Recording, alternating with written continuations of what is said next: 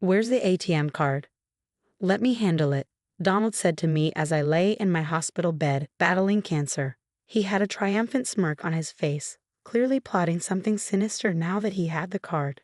"Just so you know, there's $500,000 in there. Handle it well," I told him. It wasn't just because we were married and I trusted him. I had a plan, a thorough scheme to bring Donald down. When I returned home to grab a few things, I found a divorce application on the table. As expected, the ATM card was gone. Operation successful. To anyone else, it would seem like a hopeless situation, but this was just the beginning of my revenge. I'm Emily, a housewife in my 40s, living with my husband Donald. Initially, our marriage was problem-free, but now our relationship has completely soured.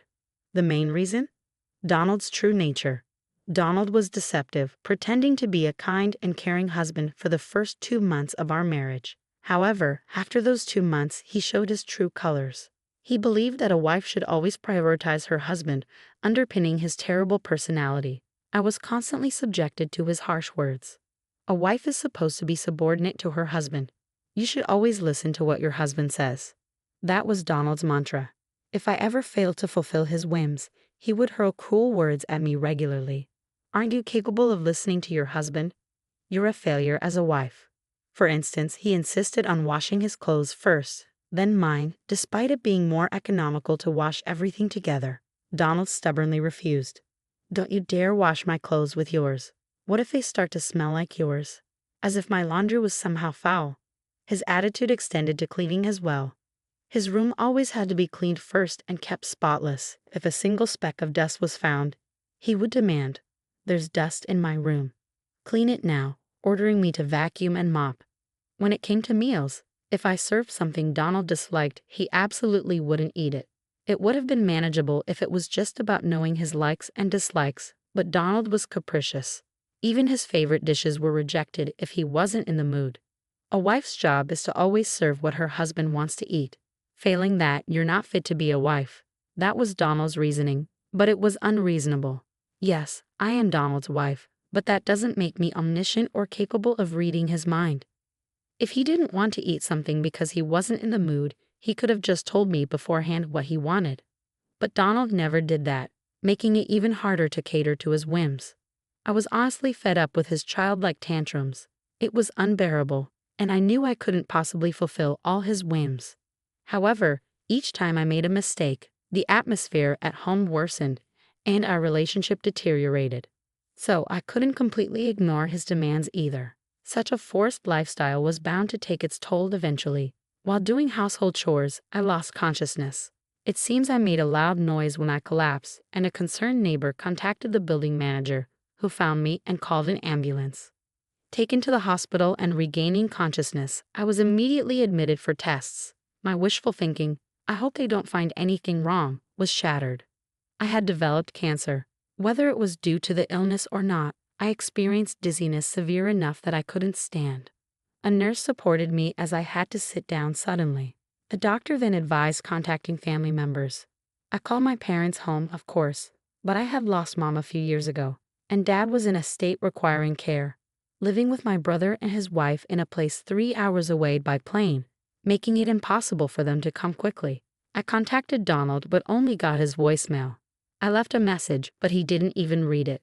He had turned off notifications for messages from me, so he would likely notice it quite late. I could have gone myself, but the doctor advised against it, so I gave up on that idea. A few hours later, Donald finally contacted me. "I'll come to the hospital tomorrow. Wait for me." That was the entirety of his brief message, no concern for my condition. Nothing. I wasn't even sure if he would really bring my belongings. His indifference felt like a weight on my body. First of all, I had explicitly asked Donald to bring my belongings today. I needed a change of clothes and various necessities like toiletries left at home. Despite repeatedly messaging this to Donald, there was no response. After a few hours of distress, Donald finally read the message and bluntly replied, "Shut up and be quiet." Considering I was hospitalized for cancer and this was an emergency, his attitude was shockingly disappointing. Not that I had much hope in Donald to begin with.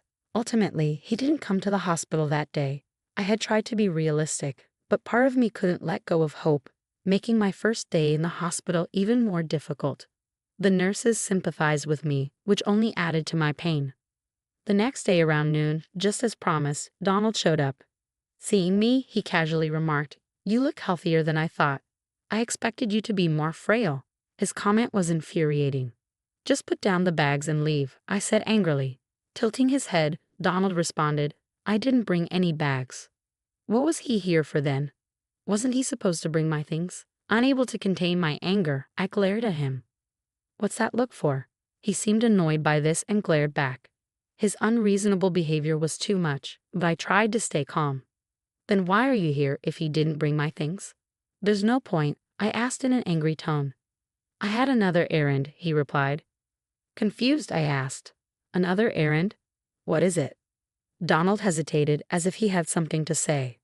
"If you have something to say it now," I pressed him, impatient and sleep-deprived from anxiety. Finally, with a laugh, he said, "Where's the ATM card?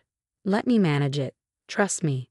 Donald had come to find out where the ATM card was to seize our savings for his own use. At his self-centeredness, even in this situation, I couldn't help but sigh deeply. Yet Donald seemed unfazed, smiling as if nothing mattered.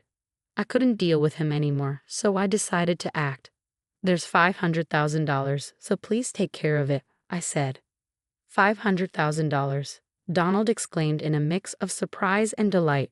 For context, Donald was just an ordinary office worker, and so was I before marriage. We never did any job that could earn a fortune. So where did this wealth come from? The answer: stocks. I started investing after becoming a housewife, as suggested by a friend. While juggling household responsibilities, I had recently made a fortune in the stock market. However, I had no intention of spending such a large sum immediately and decided to save it for the future. Ideally, I would have kept the existence of this $500,000 secret, fearing Donald's selfish actions if he knew about it. But now, fueled by a desire for revenge, I needed to trap Donald, who had repeatedly behaved selfishly. Donald was surprised, even flustered, by the higher-than-expected amount. Smiling gently at him, I said, "The ATM card is in the third drawer of the shelf. You'll manage it, right?" Seemingly dumbstruck until now, Donald replied energetically, "Understood." It seemed he had fallen for the trap perfectly.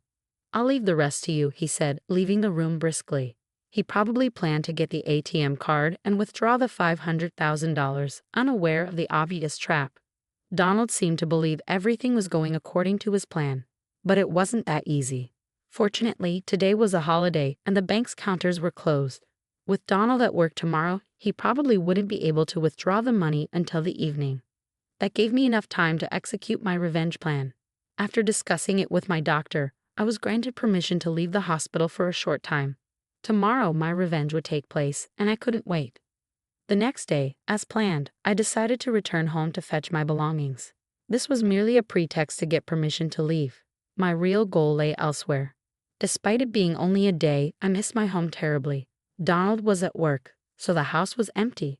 Upon entering, I saw two papers on the living room table: a divorce application and a letter. "Sorry for the rush, but let's get divorced. Please write and submit the divorce application." That was the content of the letter. Out of caution, I checked the shelf and found the ATM card gone, quickly realizing Donald had taken it. Normally, one might feel dismayed at such a large sum of money being stolen, but I remained smiling. Operation successful. I couldn't help but let those words slip out.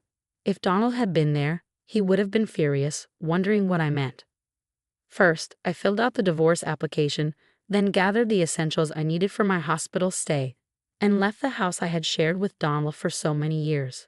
Of course, I submitted the divorce application on my way, severing all ties with him. Back at the hospital, I prepared for the battle ahead, discussing various matters. Later, relaxing in the hospital, I noticed several missed calls on my phone, all from Donald. He had also sent messages asking the same thing: "Tell me how to withdraw the money." It was something along those lines. Noticing that I had read the messages, my phone rang again. Not wanting to disturb my roommate, I moved to the common area where phone calls were permitted and called back.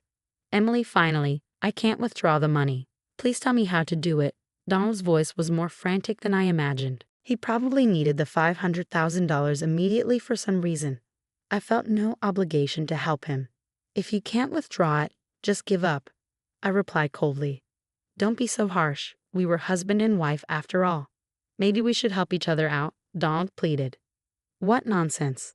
Donald's actions were nothing noble. He was trying to betray me to satisfy his greed, nothing more. There was no way I would respond to Donald's feelings. Are you having trouble withdrawing the money? I asked. Yes, I urgently need the $500,000. Please help me, Donald responded. It seemed he was in a situation where he urgently needed the money. Despite having the ATM card for the account holding the $500,000, he couldn't withdraw the funds. Thinking he might be doing something wrong, he contacted me for instructions. As I listened to Donald's explanation, he begged, please help me. His voice was weaker than I had ever heard, clearly desperate. The thought of him being so cornered almost made me laugh. I decided to confront Donald with the harsh reality. The method is correct, but the ATM card you have now won't work anymore. What do you mean? Donald's voice rose in disbelief. It's true an ATM card should work, but the one you have is now useless. Why? Because I filed a theft report earlier today. That ATM card is just a piece of paper now. It's useless to you. There was silence on Donald's end, probably in shock. I had stopped by the bank on my way back and reported the card stolen. Donald had taken my ATM card without permission, intending to claim the $500,000 I had earned for himself. His act was clearly theft, and it was only right that I took appropriate measures. The ATM card Donald took could no longer access the $500,000. Moreover, our marriage was over. He couldn't use the excuse of being a spouse. Donald had himself eliminated the means to access the money. How does it feel to be tricked by the woman you look down upon?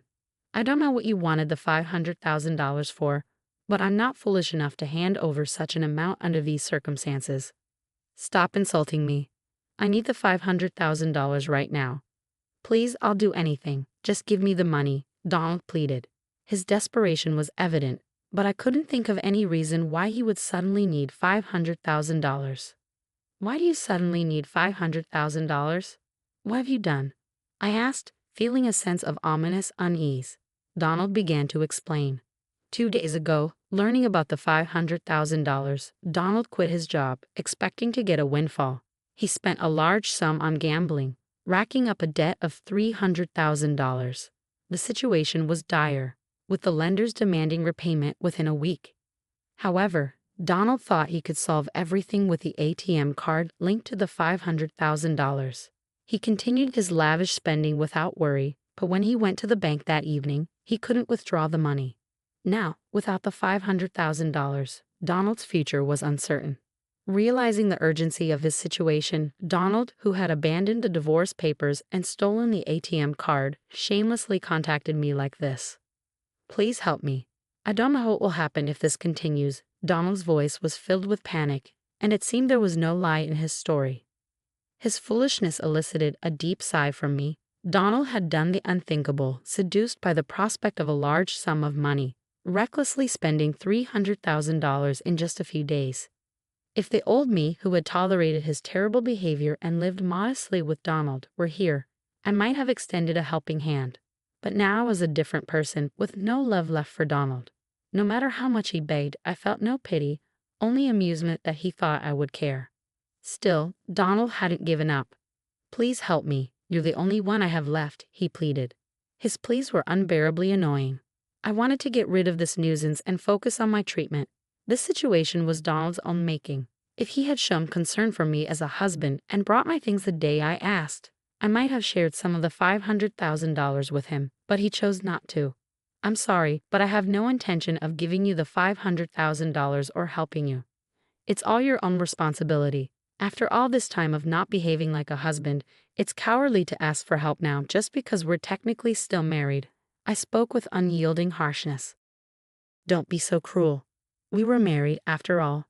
Our long relationship doesn't just disappear with a divorce paper. Donald tried to appeal to our past relationship. What relationship? You had only been leaning on me. You're making excuses to manipulate the situation in your favor. I don't want to waste another minute on you. I will not give you the $500,000, no matter what you say. Donald became even more desperate. Please, Emily, I'm begging you. You're the only one I can turn to. If you abandon me, I don't know what will happen to me. It was as if he was blaming me for his plight. but it was Donald's fault. If he hadn't recklessly splurged, he wouldn't be facing this future. If Donald hadn't decided to cut me off just because he thought he had access to money, none of this would have happened. Stop making excuses. You're reaping what you sowed. Handle it yourself. Goodbye. With that, I ended the call. I ignored several subsequent calls from Donald and blocked his contact to ensure no further communication. Since the divorce papers were duly submitted, Donald and I were officially strangers now. I embraced my newfound freedom and faced my battle with cancer, which after a long struggle, I finally overcame and was discharged from a hospital. I heard from a friend that Donald's whereabouts have been unknown since then. After losing contact with me, he desperately reached out to his in-laws and friends, trying to borrow money. However, his urgency and the amount needed, $300,000, raised suspicion, and nobody lent him a penny. In other words, he was unable to repay the $300,000 he borrowed. Donald's fate is unknown to me, but he's likely suffering more than if he were in hell. I couldn't help but feel a sense of deep satisfaction. As for me, post-cancer, I moved out of the house I shared with Donald, found a new home, and began working from home, enjoying my independence. Fortunately, my finances are secure. Friends occasionally ask if I'll find new love, but recalling my hellish life with Donald has put me off marriage. I prefer to live freely alone.